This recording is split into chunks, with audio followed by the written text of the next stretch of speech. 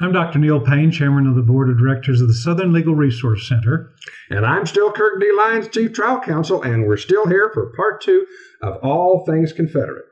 What are we going to talk about this next 10 minutes, Neil? Well, let's need to be updated. We have a case that we can't really talk about exactly where it is, but why don't you? There are some particulars that we can say talk about. That it's in North Carolina, and it involves a Sons of Confederate Veterans member in North Carolina Division, and he was employed by the housing authority for the city that he lives in. And they hired another employee who was a brand new employee. This SCV member had worked there for several years. No problems, good record, all of that. This new employee was a strident African-American with a chip on his shoulder.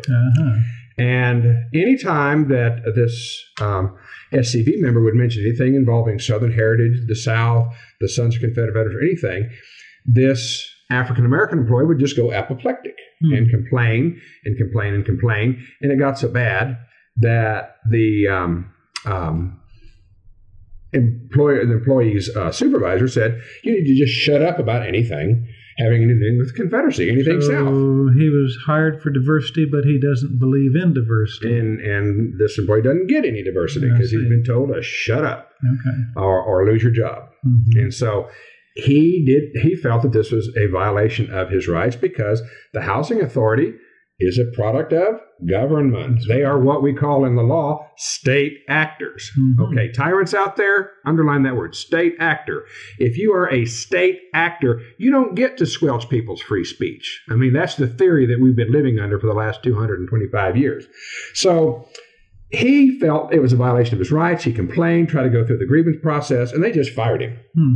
Fired him. That's it. Gone. That's how you get rid of troublemakers. So this troublemaker came to the troublemaking law firm, the Southern Legal Resource Center, and he said, "Southern Legal Resource Center, can you help?" And we said, "We'll see." So he came up here. We got all the facts, and we have a researcher that works with us from time to time that is excellent. And this is an area of North Carolina law that we've not really looked at before. Now, we have looked at private employers. Right, and usually with private employers, you have to there is no free speech in the private workplace, but if they violate the civil rights of 1964, you can sometimes theoretically prevail. We, of course, tried for several years to get Confederate Southern American as a national origin group protected under the Civil Rights Act of 1964, and they dropped the 30-ton weight on us on that. I mean, the last case we did, which went on for several years, they not only sanctioned our clients, they sanctioned me for $12,000 just to make sure that we didn't think about that again. You know, hey, federal judge that did that, it just encouraged us. You know, we're going to be a little more careful because we don't want to just donate money like that to federal coffers that you don't need. But it didn't stop us. We still are a protected group. We still believe that Confederate Southern Americans are a national origin group as defined under the Civil Rights Act of 1964. And none of you people in the Fed have ever made a cogent argument to say why we're not. Yeah, all they've done is just to use their power. You just lost the Civil War. Just get over it. Yeah, that's it. Might makes right is the only argument they can advance. Might makes right. That's right. Well, and, you know, as far as I'm concerned, it's just halftime. That's right. And, you know, if you kill us, yeah, you'll win the point, at least as far as we're concerned. But, hey, I got 7 kids, and Dr. Payne's got 5. And they're all going to be in the workplace someday, and some of them might decide to become a lawyer. So we'll never go away. And liberals don't have children. That's right. We're going to win demographically. And a lot of the liberals' kids are becoming Ron Paul supporters. Oops, that's political. I'm not supposed to say that. I'm sorry. Scratch that out. This young man who's a member of the SCV, we thought about the ways, and it's always hard to sue a government entity. So our researcher came back and said, "Hey, you got a good case." And we decided to drop the civil rights claim. Just let it expire. And as it turns out, when the term expired for the civil rights claim, his former employers and employees had a party. Yeah. Their attorney, taxpayer paid for taxpayer paid for party to celebrate his being fired. Isn't that sweet? That is sweet. The funny thing is, though, it ain't over because he has a state remedy. And one of the problems with filing in state court, and people always ask us, why aren't you filing in state court? Here's the reason. Because the defendant comes along and removes it to federal court. If there's any federal claim, federal nexus that you can even think of in your wildest imagination, they'll come and remove it. Boom, you are out of state court and you're in a federal court, and you got to start all over. That costs more money, and you do not get to appeal the removal until the case is over and you've lost.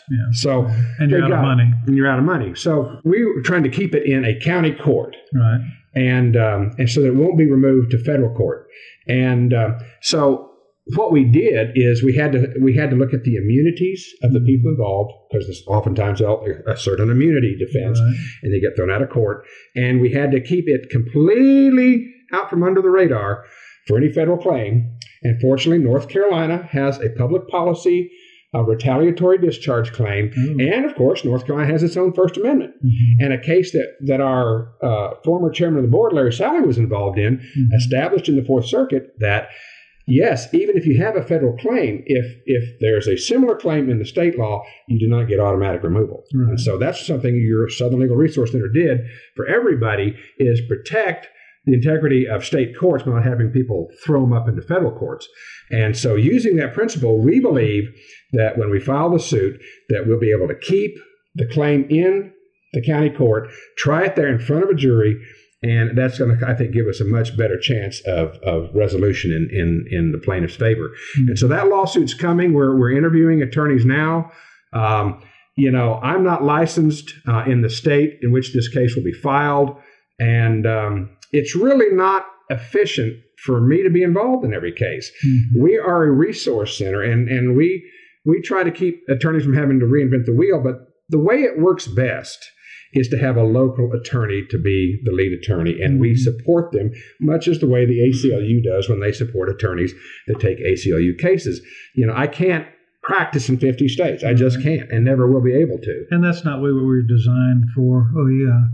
We were designed to be a resource to because this is a specialty sort of law. You can't just go down to your local attorney with a grievance like this or some kind of complaint that they won't let your kid fly, have a Confederate flag on his T-shirt.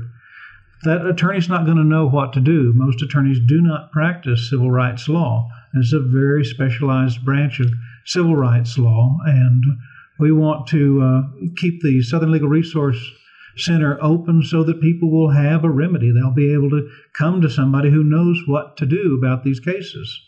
And as a matter of fact, our research showed that there has never been a similar case filed. So, I mean, we're still cutting edge here.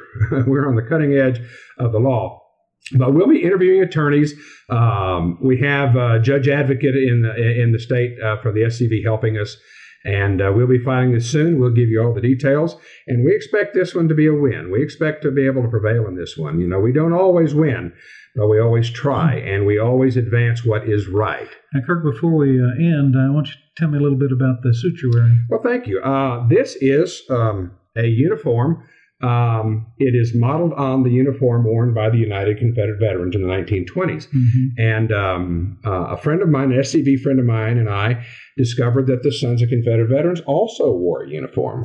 So this is a project that he and I, Alan Huffines and I, have come up with called Confederate Veteran Uniforms, and we are proposing, and I will be proposing tonight, this weekend at the North Carolina Division Executive Council meeting, that we adopt a uniform for all members. And it'll be the cadet gray 3-piece suit of the United Confederate Veterans. It'll include the hat.